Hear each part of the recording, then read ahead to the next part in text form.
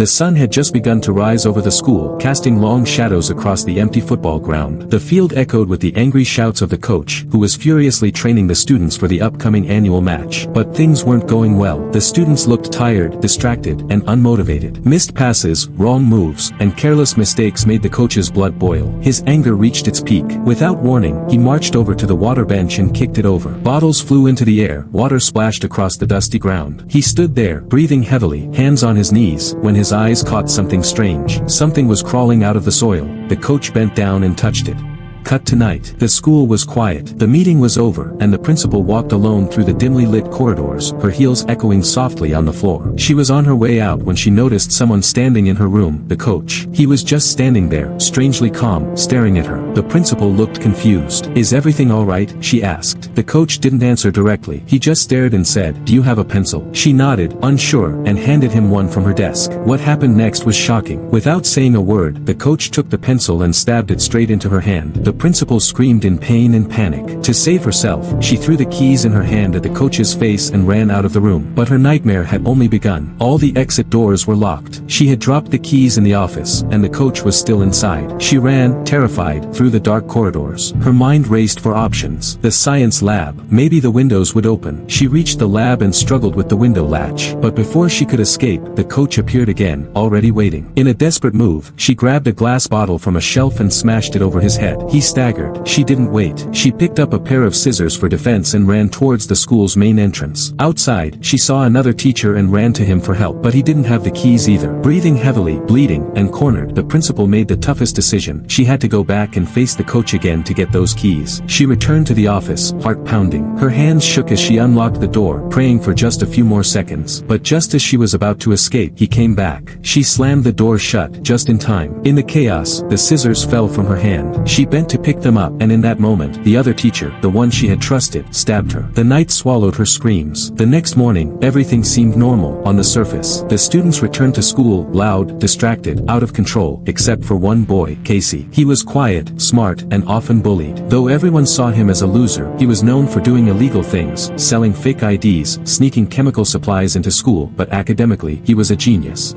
But something strange was happening in the staff room. The coach was seen again, this time gulping down bottle after bottle of water like he was dying of thirst. His behavior was off, distant, cold. Soon, the same teacher who had attacked the principal that night also walked in. She and the coach started talking, but not like normal colleagues. Their conversation was low, strange, like they were speaking in code. The other staff members noticed it too. Something wasn't right. Meanwhile, Casey was walking back to his class after lunch when he noticed something in the football field. A strange insect, almost like the one the coach had seen earlier. He picked it up carefully, disturbed by its look, and rushed to his science teacher. The teacher placed it under a microscope. His face turned serious. "This isn't something we find on Earth," he said. "Parts of it, they resemble tissues found in octopus kidneys. But that's impossible. How could something like this be in a school field?" They were all staring at the tiny creature when a student's mischief led to water being spilled on it. And then, it moved. It came alive. Its tiny legs wriggled. Its body shimmered. The teacher, now even more curious, dropped it into a nearby aquarium. The moment it hit the water, something terrifying happened. It started growing fine, thread-like tentacles. And then, it made a copy of itself. Inside the lab, the room was silent. All eyes were on the strange creature swimming in the glass aquarium. Its body twitched as it floated in the water, and now, something even more bizarre began to unfold. Fine, thread-like tentacles started to stretch and sway from its body, like tiny wires searching for something to grab. It looked alive, too alive. The professor, mesmerized and curious, slowly reached into the water, trying to study it more closely. But the moment his fingers entered the tank, the creature reacted. With a sudden pulse, it split itself, replicating into another identical creature right before their eyes. And without hesitation, the new one lunged forward and sank its microscopic, needle-like teeth into the professor's hand. He yelped in pain, yanking his arm out. Blood oozed from the bite. The students froze. This wasn't just a rare insect. This was something unknown, dangerous. They immediately decided they had to report this. Whatever this creature was, it couldn't be ignored. Someone had to inform the university. But as fear grew in the lab, something much darker was unfolding elsewhere. The scene cut back. Stan, the confident and popular captain of the team, walked up to the coach. "I don't want to play football anymore," he said bluntly. The coach, usually known for his temper, stood still. No reaction, no yelling. He just looked at Stan in complete silence, his face blank, his lips sealed. It was unsettling. Stan, a little disturbed by the coach's lack of response, walked away and headed toward the showers. The locker room was humid. The walls echoed with dripping water. That's where he saw her, one of the teachers, sitting near the washroom wall, trembling. She looked pale, sick. "I can't breathe," she whispered. Stan rushed rushed over trying to comfort her. He shouted for someone to call for help, his voice bouncing off the tiles. She leaned into him. He held her gently, trying to calm her down. That's when he felt it. A chunk of her scalp had come off in his hand. Her hair, her skin, it was peeling. Stan's breath caught in his throat. Panic crept into his eyes. Before he could run or scream, another teacher, the one who had stabbed the principal that terrible night, appeared. She stepped in calmly, her face unreadable. "She has cancer," she said softly. "She doesn't want anyone to know. You mustn't tell anyone." But her eyes weren't focused on Stan. She kept glancing outside the window, watching. And there, under the school's automatic sprinklers, stood the coach. Again, still drenched in water. Unblinking, something was very wrong. Later, that same teacher and the coach went into a room near the library. The air inside was thick. The coach, again, was gulping down water like he couldn't survive without it. The teacher snatched the bottle from him and splashed water on his face, speaking in hushed tones. "Bruma's entire faculty is gone," she muttered. "They've all been taken. It's time. We need to spread faster. The students, they're next." They didn't realize 2 students were just feet away in the library, Casey and his classmate Delilah. They had heard everything. Before they could make sense of the horror, the school nurse entered the room. The coach turned toward her, and in front of everyone, his body began to shift. Bones cracked, skin stretched, and within seconds he was no longer human. He lunged at the nurse and with a sickening crunch bit into her ear. Blood streamed down her neck. She screamed in pain. Casey and Delilah, frozen in fear, accidentally made a noise. A gasp. The coach snapped his head toward the sound. They had to run. The 2 pushed through the door, hearts pounding, lungs burning. Behind them, the nurse, ear bleeding, staggered after them, her eyes now cold and unfamiliar. She tried to grab Delilah, but Casey yanked her away just in time. They darted into the hallway, praying for a way out, and that's when they saw her. The principal, smiling, just smiling. The same smile she had before everything went wrong. They tried to speak, to beg her for help, but she didn't respond. She simply stood there, that eerie grin fixed on her face. Behind her, more figures appeared. Teachers, staff, they were all together, all watching. Casey and Delilah didn't waste another second. They turned and bolted, running from the school as fast as they could. They didn't stop until they were outside the gate. Out of breath, terrified, safe for now. But Casey knew this wasn't over. He returned soon after, with the police. He told them everything. The insect, the coach's attack, the nurse's missing ear, the strange behavior of every adult in the building. But when the police entered the school, it was spotless. No blood, no chaos, no missing body parts. The nurse was there, completely fine, smiling. The coach, calm and collected, as if nothing had ever happened. The police turned on Casey. They didn't believe a word. They accused him of lying, of causing panic, of wasting their time. The principal was called in. She acted disappointed. Calmly, she called Casey's parents and told them, "He's troubled. Keep an eye on him." And just like that, the truth was buried. But Casey knew what he had seen. And worse, he knew it was only just beginning. That night, as silence blanketed the town, the truth inside Casey's house was far from quiet. The principal had already called his parents. "Keep an eye on him," she'd said, her tone falsely sweet. "He's disturbed." And just like that, everything Casey had said became a lie in their eyes. At home, his father snapped. Furious and frustrated, he shouted, pushed, even hit Casey, calling him a liar and embarrassment. His phone was snatched away. Internet disconnected. No way to reach out. No one to believe him. Alone in his dark room, Casey stared at the window. Escape was the only option. He quietly slid it open and began climbing out, but slipped, crashing down into the backyard. Dazed, he looked up and froze. All his school teachers were standing there. But just then, the door creaked open. His dad had heard the fall. And in a blink, every teacher vanished into the night like they were never there. The next morning at school, the strangeness only deepened. Casey noticed how every teacher, every single one, was gulping down water like their lives depended on it. Their eyes, their expressions, the way they moved, nothing felt right. Then one teacher handed him a bizarre assignment. List every living relative you have and their contact information.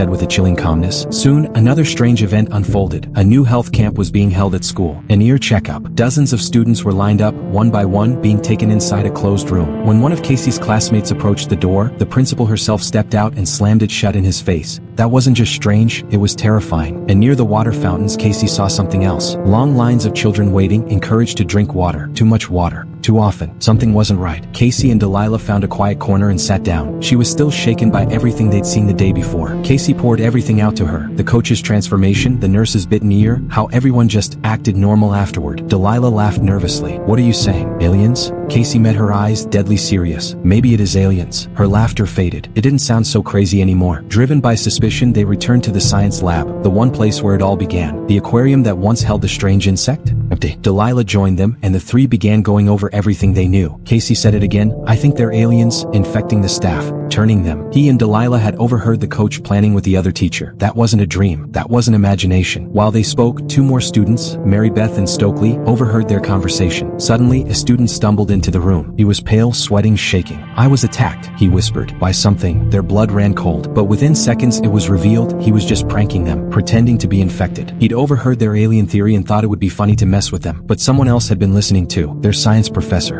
He entered the room slowly, his face unreadable. Aliens? He asked, eyes narrowed. Casey tried to explain. Everything they'd seen. Everything they'd noticed. The professor asked where the creature was, the one from the aquarium. I sent it to the university for analysis, he said calmly. Zeke, the rebellious but intelligent student, turned to leave, but suddenly, the professor lunged at him. With inhuman speed, he grabbed Zeke by the throat and slammed him against the wall. Casey tried to help, but the professor threw him aside like a rag doll. Now everyone in the room could see it. He wasn't human anymore. Zeke, gasping, reached for a nearby decorative sword. With one clean swing, he sliced off 4 of the professor's fingers. From the professor's mutilated hand, tentacles sprouted, writhing like serpents, and his mouth opened unnaturally wide, releasing small insect-like parasites. Zeke fought back, and in a final desperate move, stabbed a pencil deep into his eye. The creature screamed, a horrible guttural sound not meant for this world. It fell back, squirming, writhing. The students backed away, panting, realizing in horror this was a full invasion, and their school was already infected. The lab was in chaos. Zeke's pencil strike had taken down the science professor. He was dead, and all because of Zeke's modified chemical pen, packed with a dehydrating compound. They had found a weakness. The creature inside the professor's mouth, still alive, was quickly trapped in a sealed jar. Without waiting, the group grabbed their things and left the lab, but as soon as they stepped out, they noticed something strange. Everyone was watching them. On the road, a police cruiser appeared in front of them. Zeke, without a word, turned and took a different route. They couldn't risk being stopped. Not now. Eventually, they reached Zeke's house, a rundown place with a secret underground lab he built himself. Weapons, chemicals, lab equipment. It was clear Zeke had been preparing for something long before this invasion started. Casey handed him the trapped alien parasite. They placed the creature inside a cage along with a lab rat. When Zeke poured water over the parasite, it sprang to life, its body writhing and pulsing. Tentacles lashed out and, with lightning speed, it leapt onto the rat. The creature burrowed into the rat's ear, disappearing inside. Within seconds, the rat changed. Zeke killed the rat and dissected it. These aliens weren't here to destroy, they were here to infect. They were parasites taking over their host's mind and body, and they had a weakness. Zeke discovered that moisture was the key to their survival. The creatures thrived in wet environments, but when dried out, like with the chemical powder in Zeke's pen, they died. That gave them an idea. If they're parasites, someone said, then there has to be a queen, the one who controls them all. If we kill her, they all die. But a new problem emerged. Who among them could be infected already? The parasites didn't show symptoms, not until it was too late. Paranoia grew. Zeke made a decision. Everyone inhales the powder, he said. That's the only way to be sure. Casey went first. He sniffed the powder and began laughing uncontrollably, just as Zeke had warned them it would happen. Next was Zeke, but he hesitated, refused. Everyone stared. Was he hiding something? Stan pulled a gun on him, snorted. Now. Zeke gave in and inhaled the powder. His reaction proved he was clean. One by one, the others followed. When it came to Delilah, she accidentally dropped her powder. Everyone froze. Then her face twisted. She attacked Stan, hurling him across the room. Her eyes glowed. Her skin shimmered. The parasite inside her had vanished out the door. The group followed in a panic, but by the time they reached the street, she was already in a taxi, driving away into the night. One of their own had been the enemy all along. And now, she was out there, with everything she had learned about them. They were out of time. The queen had to be found, and killed, before everyone else was taken. They all knew one thing for sure.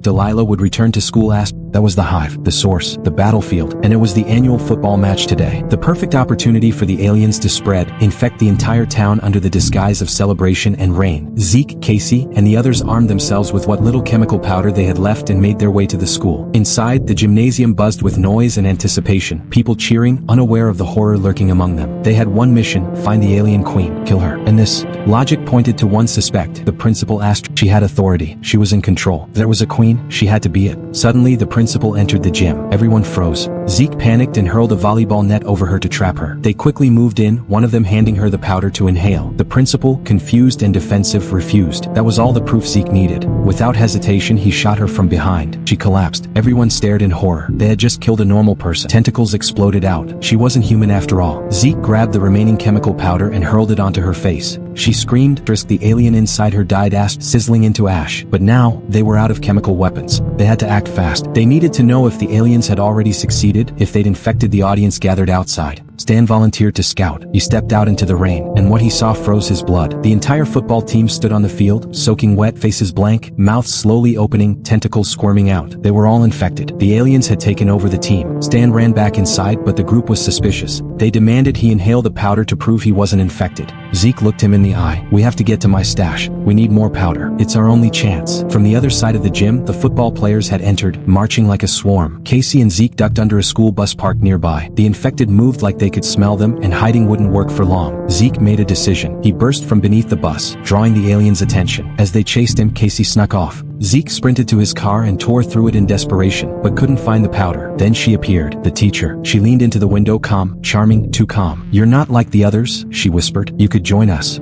Zeke wasn't listening. He slammed the door shut and started the car. But it was too late. She was inside. Before she could reach him, Zeke crashed the car into a tree, throwing her forward. In the chaos, the dashboard burst open, and a few chemical pens tumbled out. The weapon was in his hands again. The brutal car crash. Zeke wasn't seriously hurt, but his teacher. Her head was completely severed from her body. And now, that dismembered head began crawling around, looking for its body, searching for Zeke. Zeke barely managed to escape with his life. Back in the gym, only 2 girls remained. Suddenly, one of them began transforming. Her body stretched, twisted, morphed, and within seconds she became a monstrous alien creature. The other girl froze in terror. The alien looked her dead in the eyes and said, "The parasite queen you've been hunting is me." Before she could strike, Casey burst into the gym. He grabbed his friend and ran, but the alien dove into the swimming pool, absorbing moisture to grow even stronger. Tentacles lashed out, wrapping around the other girl. Before she could be dragged under, Casey leapt into the water and rescued her just in time. The alien returned to her human form, calm and calculated. Zeke was stunned. How did she pass his chemical test if she was infected? She smirked and revealed her trick. She had opened the pen from the bottom, letting the chemical spill out. She never actually inhaled it. She faked the whole thing. Enraged, Zeke lunged at her with a chemical pen, but before he could strike, one of their own teammates grabbed his arm. He was infected too. From behind, Casey charged and slammed the black-clothed girl across the room. Now their only goal was to kill the alien queen.